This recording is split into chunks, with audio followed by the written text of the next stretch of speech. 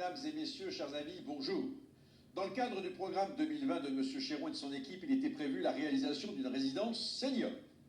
Telle ne fut pas notre surprise quand nous avons découvert que celle-ci allait sortir de terre en plein cœur de notre centre hospitalier qui perdait ainsi de précieuses réserves foncières pour son propre développement.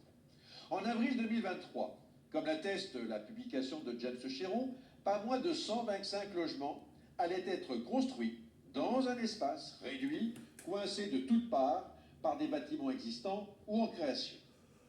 Il écrivait que le chantier a été symboliquement ouvert hier et prendra 2 ans pour une livraison estimée à mi-2025, soit il y a 6 mois derrière nous. Le 25 janvier 2025, l'an dernier, le maire sortant publiait que 117 logements des 125 appartements ont d'ores et déjà été vendus et repoussait de 6 mois la livraison, soit au pire janvier 2026.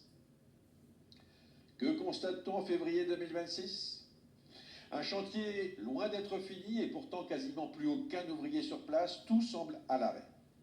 Après plusieurs essais, personne ne répond au téléphone indiqué sur les publicités pour cette résidence. Sûrement la faute à pas de chance. Évidemment, l'emplacement mal choisi ne laisse comme seule vision l'incroyable promiscuité de cette résidence. L'imposant hôtel-dieu d'une part, le centre de dialyse et le parking de la faïencerie d'autre part, et enfin, une vue imprenable sur l'entrée des urgences et son parking à quelques mètres à peine des premières fenêtres de la résidence.